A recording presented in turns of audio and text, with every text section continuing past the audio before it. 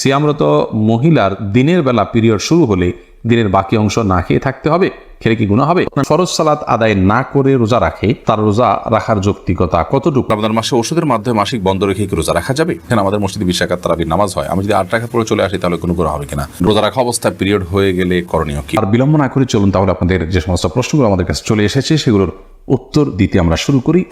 রমাদান মাসে মা বোনদের অনেক সময় মাসিক আরম্ভ হয়ে যায়, যার কারণে তারা সালাত সিয়াম সহ এই সমস্ত ইবাদতগুলো তারা পালন করতে পারেন না, কারণ মাসিক অবস্থায় নামাজ পড়া রোজা রাখা নিষিদ্ধ। তখন একজন মা বোন রমাদানের ইবাদত বন্দিগির মাধ্যমে কিভাবে তিনি রমাদানকে সার্থক করতে পারেন, আজ আমরা সে বিষয়ে কথা বলবো ইনশাআল্লাহ।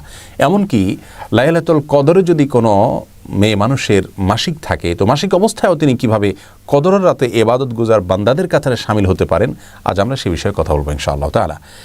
রমাদান মাসে হঠাৎ করে মাসিক আরম্ভ হয়ে গেলে অনেক মা বোন কান্নাকাটি করেন, মন খারাপ করেন, তাদের কষ্ট লাগে। এই কষ্ট লাগা ইসলাম শরীয়তের দৃষ্টিকোণ থেকে প্রশংসনীয়, কারণ ইমানদার ব্যক্তি ভালো কাজ করার পরিকল্পনা ছিল কিন্তু করতে পারেননি, এরকম পরিস্থিতিতে এসে তার মধ্যে কষ্ট লাগা কাজ করবে, সেটা তার ইমানদারিত্বেরই পরিচয় বহন করে। তিরমিজি বর্ণিত হাদিসে এমনটি বলেছেন নবী সাল্লাল্লাহু আলাইহি ওয়াসাল্লাম, তিনি ইরশাদ করেছেন, মান সাররাতহু হাসানাতুহু ওয়া সাআতহু সাইয়্যাতুহু ফাহুয়াল মুমিন। যে ব্যক্তির ভালো কাজ তাকে আনন্দ দেয় আর তার মন্দ কাজ হয়ে গেলে, ভুল কিছু হয়ে গেলে পরবর্তীতে তার কষ্ট লাগা কাজ করে, এই ব্যক্তি তো ইমানদার, এটাই তো ইমানদারিত্বের পরিচয়। আম্মাজান আয়েশা রাদিয়াল্লাহু তাআলা আনহা নবী করিম সাল্লাল্লাহু আলাইহি ওয়াসাল্লামের সাথে যখন হজে ছিলেন, হঠাৎ তার মাসিক আরম্ভ হয়ে গেল, অথচ তখন হজের যে ফরজ তওয়াফ সেটি বাদ ছিল আর মাসিক অবস্থায় তওয়াফ করা যায় না, তখন তিনি কান্নাকাটি করা শুরু করলেন। নবী করিম সাল্লাল্লাহু আলাইহি সাল্লাম তাকে সান্ত্বনা দিলেন যে আল্লাহ তাআলা ফয়সালাকে মেনে নেওয়া এটাও একটা ইবাদত, এবং আর বিকল্প তিনি কী কী কাজ করতে পারেন সেগুলো তাকে পরামর্শ দিলেন। অতএব মুসলিম মেয়েদের মধ্যে ইবাদত করতে না পারার কষ্ট এবং দুঃখবোধ তাদের ভিতরে যদি থাকে, জাগ্রত হয়, তাহলে সেটি প্রশংসনীয়, সেটি নিন্দনীয় নয়। তবে সেটি যদি হাউতাসের পর্যায়ে চলে যায়, ভৎসনার পর্যায়ে চলে যায়, তাহলে কিন্তু আবার সেটি গুনাহে পর্যবসিত হতে পারে। সাধারণ দুঃখ লাগা বা কষ্ট লাগা এটা হতেই পারে, বরং ভালো। একজন ঋতুবতী নারী রমাদান মাসে ঋতু অবস্থায়ও যেভাবে তার ওই সময়টাকে তিনি সফল এবং সার্থক সময় হিসাবে কাটাতে পারেন এবং রূপান্তর করতে পারেন, তার জন্য আমরা কয়েকটি পরামর্শ দিতে চাই। প্রথম পরামর্শ হলো আল্লাহর ফয়সালা মেনে নেওয়া। এটা কিন্তু ইবাদতের গুরুত্বপূর্ণ একটি পার্ট, বরং মূল পার্ট বলতে পারি আমরা। ইবাদতের মূল কনসেপ্টটাই হলো আল্লাহ রাব্বুল আলামিনের সমস্ত আদেশ নিষেধ, আল্লাহর সমস্ত সিদ্ধান্তগুলোকে মেনে নেওয়া। অতএব আপনাকে আল্লাহ রাব্বুল আলামিন মাসিক দিয়েছেন, অসুস্থতা দিয়েছেন, শারীরিক দুর্বলতা দিয়েছেন, আল্লাহর এই ফয়সালাকে যদি আপনি হাসি মুখে বরণ করে নেন, তাহলে এটা কিন্তু একটা বড় ধরনের ইবাদত হয়ে যাচ্ছে। বিধায় সেটিকে আমাদের মাথায় রাখতে হবে, এবং সেই সাথে এও মনে রাখতে হবে যে নবী সাল্লাল্লাহু আলাইহি ওয়াসাল্লাম ইরশাদ করেছেন, কোনো ব্যক্তি যদি সুস্থ অবস্থায় কোনো ইবাদত করে থাকে, হঠাৎ তিনি অসুস্থ হয়ে যান, যেটা তার হাতে নয়, এমন কিছু সমস্যা চলে আসে, তখন সুস্থ স্বাভাবিক অবস্থায় তিনি যে ইবাদতবন্দি করতেন, অসুস্থ এবং অস্বাভাবিক পরিস্থিতিতে পড়ার কারণে যে ইবাদত করতে পারছেন না, আল্লাহ তাআলা তাকে স্বাভাবিক অবস্থায় যে ইবাদত করতেন সেরকম সওয়াব দান করবেন। অতএব মন খারাপ করবার মতো বিষয় নয়, এবং অস্থির হয়ে ব্যাকুল হওয়ার বা ভৎসনা করার মতো বিষয় নয়, বরং সবর করতে হবে, আল্লাহর ফয়সালাকে মেনে নিতে হবে। দ্বিতীয় পরামর্শ হলো, নবী রাসূলুল্লাহ সাল্লাল্লাহু আলাইহি ওয়াসাল্লাম বলেছেন, মান হাম্মা বিহাসানাতিন ফালাম ইয়ামালহা। যে ব্যক্তি কোনো ভালো কাজ করার প্রতিজ্ঞা করেছে, প্ল্যান করেছে, কিন্তু করতে পারল না, ফালাহু বিহা হাসানা, তাহলে সে যে ভালো নিয়ত করেছিল এই জন্য তিনি কিন্তু সওয়াব পেয়ে যাবেন। অতএব মা বোনরা ইবাদত বন্দেগীর প্ল্যান আগে থেকে করে থাকলে ইনশাআল্লাহ সে অনুযায়ী তারা সওয়াব পাবেন, মন খারাপ করার কোনো কিছু নেই। তৃতীয়ত গুরুত্বপূর্ণ একটি বিষয়, তা হলো নবী সাল্লাল্লাহু আলাইহি ওয়াসাল্লাম বলেছেন, মান দাল্লা ইলা খাইরিন ওয়া আলা খাইরিন ফালাহু মিসলু আজরি ফাইলিহি। যে ব্যক্তি কোনো ভালো কাজের পথ দেখাবে, সে ব্যক্তি ভালো কাজ সম্পাদনকারী ব্যক্তিদের সমপরিমাণ সওয়াব পাবেন। মা বোনদেরকে আমরা বলবো যে আপনি নামাজ পড়তে পারছেন না, রোজা রাখতে পারছেন না, কিন্তু পুরুষদের রোজা রাখতে আপনি হেল্প করছেন, তাদের সাহর ইফতারের ব্যবস্থা করছেন, আপনি তাদেরকে সাহরি খেতে ডেকে দিচ্ছেন, রোজা রাখার জন্য সন্তানদেরকে উদ্বুদ্ধ করছেন, নামাজ জন্য তাদেরকে ডেকে দিচ্ছেন, জামাতে শামিল হওয়ার জন্য তাদেরকে সাহায্য করছেন, সময় অনুযায়ী তাদেরকে স্মরণ করিয়ে দিচ্ছেন। এই যে বিষয়গুলো, এগুলোর মাধ্যমে কিন্তু আপনি তাদের সমপরিমাণ সওয়াব হুবহু আপনি লাভ করতে পারেন। সেই সাথে কিছু ইবাদত আছে যে ইবাদতগুলো আসলে সাধারণ অবস্থায় আমার দ্বারা করা হয়ে ওঠে না, এমনকি পুরুষরাও, আপনার বাসায় পুরুষরাও হয়তো করতে পারছেন না, সেই ইবাদতগুলোকে আপনি টার্গেট করে মাসিক অবস্থা সেগুলো করুন, তাহলে পুরুষদেরকেও আপনি পিছনে ফেলে সামনে অগ্রসর হয়ে যেতে পারেন। যেমন আত্মীয় স্বজনের হক আদায় করা, বিভিন্ন সময়ের যে জিকিরগুলো আছে, রাতে শোয়ার যে দোয়া আছে, জিকির আছে, সকাল সন্ধ্যার দোয়া জিকির আছে, শুক্রবার দুরুদের আমল আছে, এরকম আরও অনেক আমল আছে যে আমলগুলো স্বাভাবিক সময় আপনি যা করেন, এই সময়টাতে এই সুযোগে আপনার সালাত সিয়ামের দায় নেই, জিম্মাদারি নেই, সেই জায়গা থেকে আপনি আরও বেশি করে এগুলো করতে পারেন। তাহলে ইনশাআল্লাহ আপনার এই মাসিকের সময়টাকে আপনি বরং আরও সফল সময় হিসাবে রূপান্তর করতে পারেন, পরিবর্তিত করতে পারেন। যে কোনো দোয়া দুরুদ, জিকির আসকার, তাসবিহ তাহলিল, ইসলামিক বই পুস্তক পড়া, ইসলামিক নলেজ অর্জন করা, এগুলো করা যেতে পারে। কোরআন কারীমের তেলাওয়াত শুনতে পারেন আপনি। তেলাওয়াত করা যাবে কিনা এটা নিয়ে মতপার্থক্য আছে। জমহুর বা বেশিরভাগ ওলামা ইকরাম বলেছেন করা যাবে না, অনেক ওলামা ইকরাম ইবনে তাইমিয়া রাহিমাহুল্লাহ সহ অনেকে বলেছেন করা যাবে।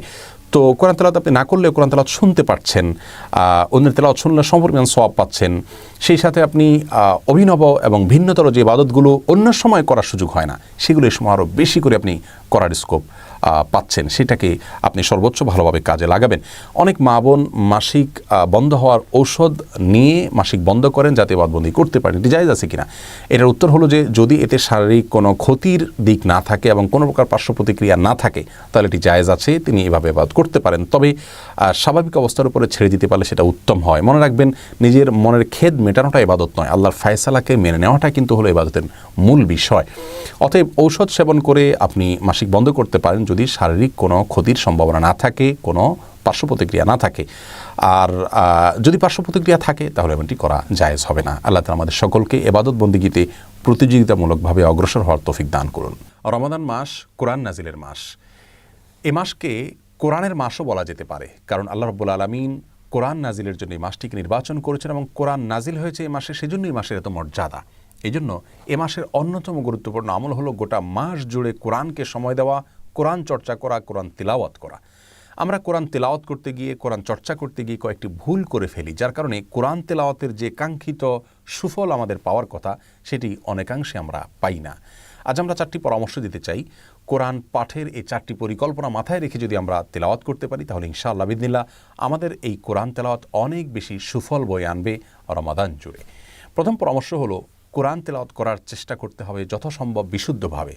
প্রত্যেকেই শতভাগ বিশুদ্ধতার সাথে আমরা তেলাওয়াত করতে পারবো এমনটি আবশ্যক নয়, তবে যতটুকু সম্ভব বিশুদ্ধভাবে তেলাওয়াতের চেষ্টা করতে হবে। অন্য ভাষার উচ্চারণের সাহায্য নেওয়া যাবে না। অনেকে আছেন যারা আরবি টেক্সটের নিচে যে বাংলা বা ইংরেজিতে উচ্চারণ লেখা থাকে সেটা সাহায্য নিয়ে কোরআন তেলাওয়াত করেন। এটি কোনো অবস্থাতে উচিত নয়। কোনো ভাষার উচ্চারণ অন্য ভাষা দিয়ে শতভাগ সঠিকভাবে করা সম্ভব হয় না। কোরআনের ক্ষেত্রে যদি আপনি অন্য ভাষার উচ্চারণের সাহায্য নেন তাহলে সেক্ষেত্রে বিকৃতির সম্ভাবনা থাকে, যা কোরআনের ক্ষেত্রে অত্যন্ত জঘন্য বিষয়। সেজন্য কোনো উচ্চারণের সাহায্য আপনি নেবেন না। হয় সরাসরি তেলাওয়াত করবেন, যতটুকু সম্ভব শুদ্ধ করার চেষ্টা করবেন, অন্যথায় কোরআন তেলাওয়াত শুনবেন, কারণ শোনাটাও কিন্তু ইবাদত এবং সওয়াবের কাজ। দ্বিতীয় যে পরামর্শ থাকবে তা হলো তাড়াহুড়ো না করা। এই ভুলটি বেশিরভাগ লোকজন আমরা করে থাকি। আমাদের কোরআন পাঠ পরিকল্পনা রমজানে থাকা উচিত যে আমরা তাড়াহুড়ো করব না, আগে থেকে পরিকল্পনা থাকা উচিত এবং এখন থেকে আমরা বাকি দিনগুলোতে সেটা অ্যাপ্লাই করতে পারি। রমাদান মাস মানেই হলো তাড়াহুড়া করে কোরআন তেলাওয়াতের মাস, এমন একটা ধারণা যেন আমাদের মধ্যে বদ্ধমূল হয়ে গেছে। এই জন্য নারী পুরুষ সকলে দেখা যায় অন্য সময় তেলাওয়াতে এত তাড়াহুড়া করেন না, হুলস্থুল করেন না, যত দ্রুততার সাথে রমজান মাসে তেলাওয়াত করার চেষ্টা করেন, যা খুবই গর্হিত একটি কাজ। আল্লাহ বলেছেন ওয়ারাতিল কোরআন তারতিলা, কোরআনকে তারতিলের সাথে, শুদ্ধতার সাথে এবং স্বাভাবিক গতিতে আমাদের তেলাওয়াত করার চেষ্টা করা উচিত। অনেক ইমাম সাহেব আছেন যে এশার নামাজের ইমামতি করেছেন, তিনি স্বাভাবিক গতিতে সূরা কেরাত পড়ে, সেই ইমামই এশার নামাজের পরপর তারাবি শুরু করে দিয়েছেন, তখন তিনি হুলস্থুল শুরু করে দিলেন। তার মানে তারাবিতে তেলাওয়াত হবে, সেখানে রমজানের তেলাওয়াত মানে হুলস্থুল করতে হবে, এটি উচিত নয়। বরং ইবাদত যত ধীরস্থিরতার সাথে করা যায় ততই উত্তম। কোরআন খতম দেওয়া ভালো, রমজানে খতম দিতে পারলে ভালো, উত্তম, কিন্তু খতম দিতে গিয়ে যদি আপনি খুব বেশি হুলস্থুল করেন তার চাইতে আপনি খতম না দিয়ে অল্প অল্প করে পড়েন একই সময়ের মধ্যে, সেটা অনেক বেশি উত্তম হবে ইনশাআল্লাহ। তাহলে দ্বিতীয়ত হলো তাড়াহুড়ো না করা। তৃতীয়ত যিনি বলবো তা হলো বুঝে পড়ার চেষ্টা করা। কোরআন কিন্তু শুধু তেলাওয়াতের জন্য আসেনি, কোরআন বোঝার জন্য আসছে। নবী সাল্লাল্লাহু আলাইহি ওয়াসাল্লাম কোরআন শুধু তেলাওয়াত করতেন না, রমজান মাসে দেরাসা করতেন। দেরাসা মানে স্টাডি করা, স্টাডি মানে শুধু তেলাওয়াত নয়, বোঝারও চেষ্টা করতে হবে। কোনো সালাফ বলেছেন যে পূর্বসূরীরা সাহাবায়ে কেরাম তারা পাঁচ আয়াত করে কোরআন পড়তেন, 5 আয়াত পড়তেন, বুঝতেন, আমল করতেন, এরপরে 5 আয়াত পড়তেন, এইভাবে তারা যেতেন। আব্দুল্লাহ ইবনে ওমর রাদিয়াল্লাহু তাআলা শুধু সূরা বাকারা তেলাওয়াত করতে তার 8 বছর সময় লেগেছিল। আর এরকম অনেক বড় বড় মনীষীরা দীর্ঘ একটা সময় তারা ব্যয় করতেন কোরআনকে ধীরে ধীরে পড়ার ব্যাপারে। এই জন্য কোরআন বুঝে পড়তে হবে রমাদানে। আমরা পরামর্শ দিব যে আপনার তেলাওয়াতের একটা ফরম্যাট থাকতে পারে আর একটা বুঝে পড়ার ফরম্যাট থাকতে পারে। দুইভাবে আপনি তেলাওয়াত করতে পারেন রমাদান জুড়ে। ধরুন প্রতিদিন 1 পারা করে তেলাওয়াত করছেন, এটা সাধারণ তেলাওয়াত, সেখানে আপনি শুদ্ধতা এবং স্বাভাবিক গতি লক্ষ্য রাখলেন। একটু গতি হলে সমস্যা নেই, খুব বেশি গতি যেন না হয় সেটা খেয়াল করলেন। আর আরেকটা ফরম্যাট থাকতে পারে বুঝে পড়ার ফরম্যাট, সেটা 1 পৃষ্ঠা হতে পারে, প্রতিদিন আধা পৃষ্ঠা হতে পারে, 5 আয়াত হতে পারে, 3 আয়াত হতে পারে। 1টি আয়াত করে যদি আপনি অর্থ সহকারে বুঝে পড়েন তাহলে মাস শেষে 30টি আয়াত আপনার বুঝে পড়া হয়ে যাবে।